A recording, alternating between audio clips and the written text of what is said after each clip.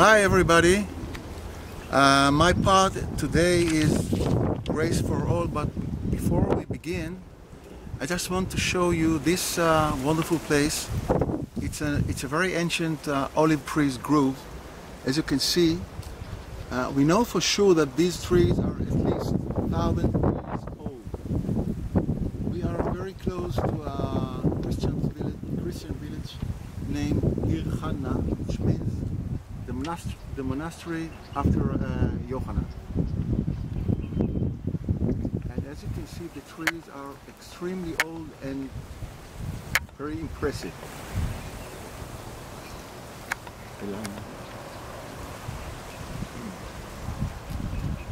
Some of them are younger, of course, but this one and the other big ones are very old.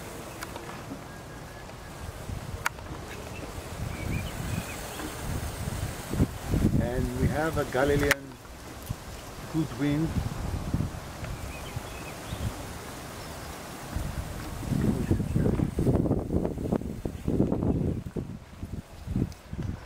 So, as we said, grace for all. And what does Hosea 6:6 has to do with Pentecost? Okay, in Hosea 6:6 we read, "For I desire mercy, not sacrifice, and the knowledge of God rather than burnt offerings." The original Hebrew biblical term is chesed. Chesed means grace. That is, mercy is part of chesed and knowing God. Hosea 6:6 is clear. Chesed precedes all. How did Yeshua understand this principle? In Matt 12 reports two incidences. The first is in verses 1 to 8. Here the disciples pick and eat grains on Shabbat. The second is verses 9-13. Here Yeshua heals a man on Shabbat. The Pharisees accused Yeshua disciples of violating Shabbat by plucking grains. Yeshua defended them by a threefold argument. 1. Fasting on Shabbat is not permitted. 2. Saving life precedes Shabbat. 3. The general principle of chesed, grace, also supersedes Shabbat. But there is another point in Mark 3:1-6. I quote, "Another time Yeshua, went into the synagogue, and a man with a shriveled hand was there. Some of them were looking for a reason to accuse Yeshua, so they watched him closely to see if he would heal him on the Shabbat. Yeshua said to the man with the shriveled hand, 'Stand up in front of everyone.'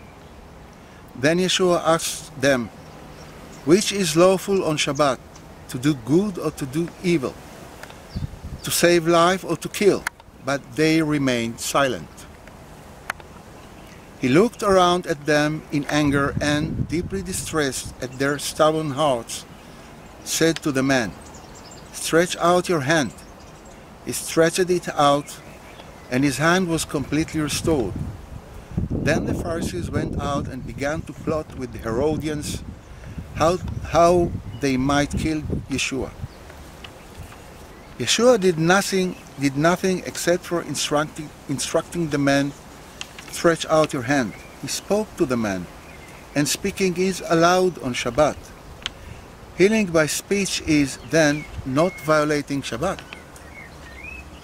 Not only is that healing on Shabbat not forbidden, for the reasons mentioned before, Yeshua explains in Matt 12:8 and Luke 6:5, and almost identical in Mark 2:27-28. These verses read, "And he said to them, Shabbat was created for humankind, and not humankind for Shabbat. Hence mankind is mastering Shabbat as well."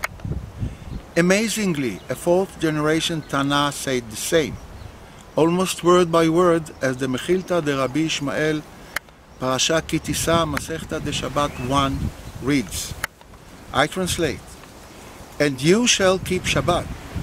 Rabbi Shimon ben Manasseh used to say, Shabbat is given to you and you are not given to Shabbat.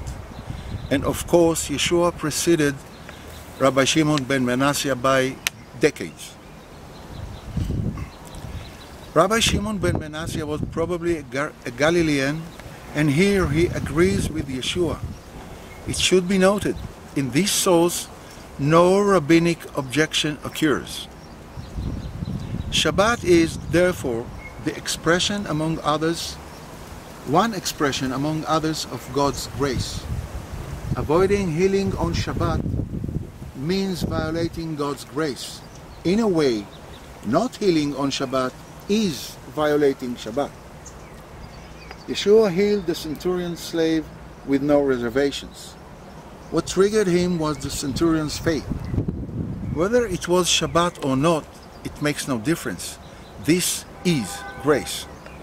However, when the woman from Tyre asked him to heal her daughter, he replied, "I was sent only to the lost sheep of Israel."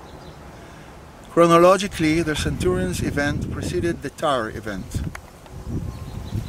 Yeshua's declaration, "I was sent only to the lost sheep of Israel," explains all his deeds, but he did not refuse to heal the centurion's slave, although the officer and his slave were Gentiles, while, in complete contrast, he initially refused to heal the Gentile woman's daughter. What is the difference between these cases? In Matt 15:23 we read, Yeshua did not answer a word, so his disciples came to him and urged him, "Send her away, for she keeps crying out after us." To this Yeshua replied, "I was sent only to the lost sheep of Israel." Then the woman begged him, "Lord, please heal my daughter."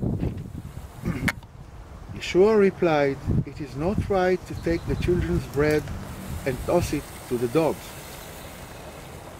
This reply is in line with the former.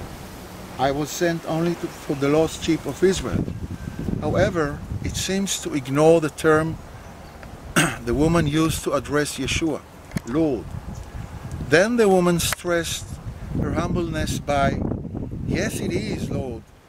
Even the dogs eat the crumbs that fall from their master's table." Just a second. It was probably the moment Yeshua understood what is behind the woman's request. She addresses a Jewish healer by the term Lord and accepts his comparisons of Gentiles with God, with dogs. A Gentile must have great faith to term a Jew Lord and accept the comparison with dogs. It is also possible that in the case of the centurion, Yeshua considered another factor. As a Roman officer, the centurion could be harsh to Jews in Capernaum and its vicinity. Pleasing him would secure the safety and welfare of the neighboring Jews. It could be the reason that Yeshua met him and listened in the first place. It allowed Yeshua to understand the officer's faith. Keeping peaceful coexistence with Gentiles is well rooted in rabbinic ideas. As the Mishnah Gittin 5:8 testifies, Rabbi Yosei says, "We do not prevent poor Gentiles from collecting leket, shichicha, and pe'ah, the leftovers in a cornfield after harvesting, for the reason of peaceful conduct." A broader list occurs in the Jerusalem Talmud, Avodah Zarah 1:339c. One way or another, the idea of being graceful to Gentiles is well known in rabbinic sources. It is termed Darchei Shalom, which means peaceful ways or conduct. It means be graceful to Gentiles to secure Jewish lives and welfare. It could have been the case with the centurion as well. However, the case with the woman from Tyre is different. It shows pure, unconditional grace to Gentiles. Precisely what God's grace is, universal.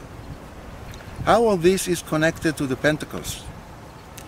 In Acts 2, we read about the first Pentecost after the crucifixion. This description uses, among other sources, Jour 3. It is a relatively short chapter. When we read parts of the first and last verses of this chapter, we understand what Pentecost has to do with universal grace.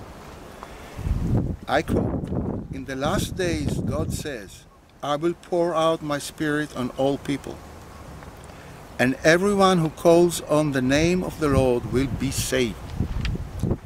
God's Spirit on all people. Each one who calls God's Spirit will be saved. No one specifically.